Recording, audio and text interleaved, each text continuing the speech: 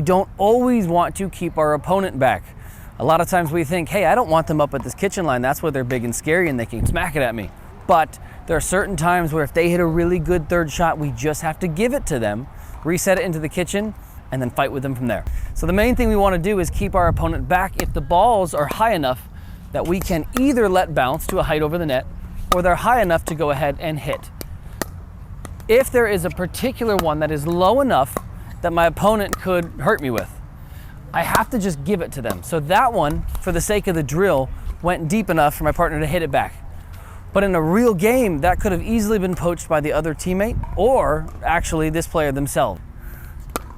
So all of these that are either bouncing high enough to be over the net so I can go ahead and keep the opponent back, I can go ahead and do so. I'm reaching forward, I'm taking them out front.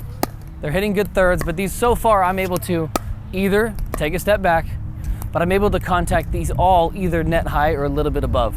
So then I can go ahead and keep them back. But if they hit one that ends up going at my feet, barely getting over the net, I have to just give it to them and I have to dink it back, because if I try to keep them back, I risk them running up and firing it at me, or their partner, my other opponent, coming over, poaching and firing it at me too.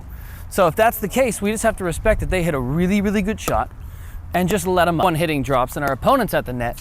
Same thing, they want to keep us back as long as ours are high enough that either bounce high enough, like this one will, or they can take out of the air. Then I stay right here. I'm not in a rush to get up there too. The other thing that can catch us and really make us lose a lot of points is when we try to rush up to the kitchen. We know we want to get there as much as we can, as soon as we can, but we don't want to do it with risk of hitting it high, coming up, and then getting crushed as a result. So if our opponent is trying to keep us back on balls that are nice and low, that they should have reset instead, what we can do is then we can take a step up and we can attack them with it. So that's what we're worried that they will do to us if we get one that's too low and we try to keep them back. But the same thing is if they do it to us, and a lot of people do, we can do it back to them instead. So we're dropping.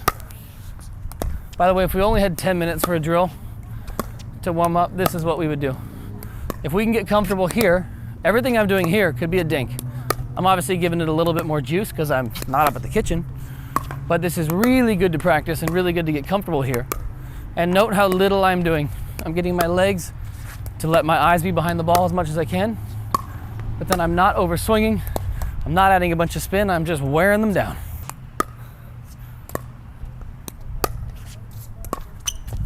So thanks again for tuning in. Next time you see us around, hop on in.